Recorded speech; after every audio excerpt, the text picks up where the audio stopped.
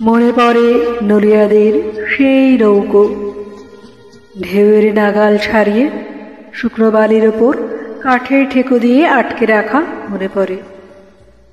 তারই ওপর গিয়ে বসেছিলাম সেদিন প্রথম রাত, কৃষ্ণপক্ষের দ্বিতীয়া কি তৃতীয়া।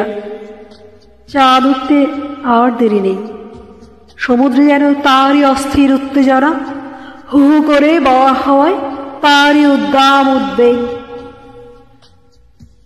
শুধু বসেছিলাম পাশাপাশি, হাত তো ধরিনি, বলিও নি কিছু। কী বা বলবো সমুদ্রের চেয়ে ভালো করে? উদ্দাম হাওয়াতেই ছিল আমার আলিঙ্গন, ছুঁইনি তাই।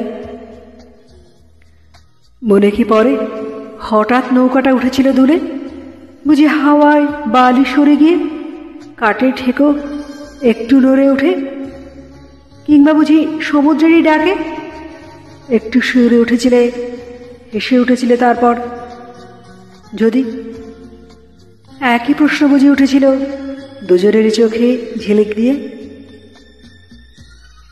যদি নৌকা যায় ভেসে চাঁদ ওঠার এই থমথমে প্রহরে, তরল রাত্রির মতো নীলা গলানো এই সমুদ্রে, যদি নৌকা ভেসে যায় হঠাৎ সম্ভবের এই কঠিন শাসন কাঠে ঠেকোর মতো ঠেলে ফেলে,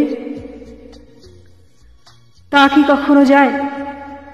জানি জানি, এই যে নুলিয়াদের জেলে ডেগি শুধু মাছ ধরতেই জানে, সে নৌকো থেকে নেমে এসেছি, ফিরে এসেছি সেদিনকার সেই সমুদ্র তীর থেকে, বাঁধানো রাস্তার এই শহরে, দেওয়াল দেওয়া এই ঘরে।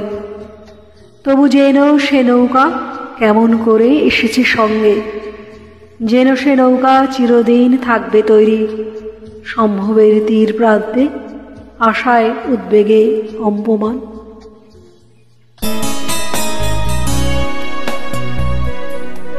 সাগরিকা সাগরিকা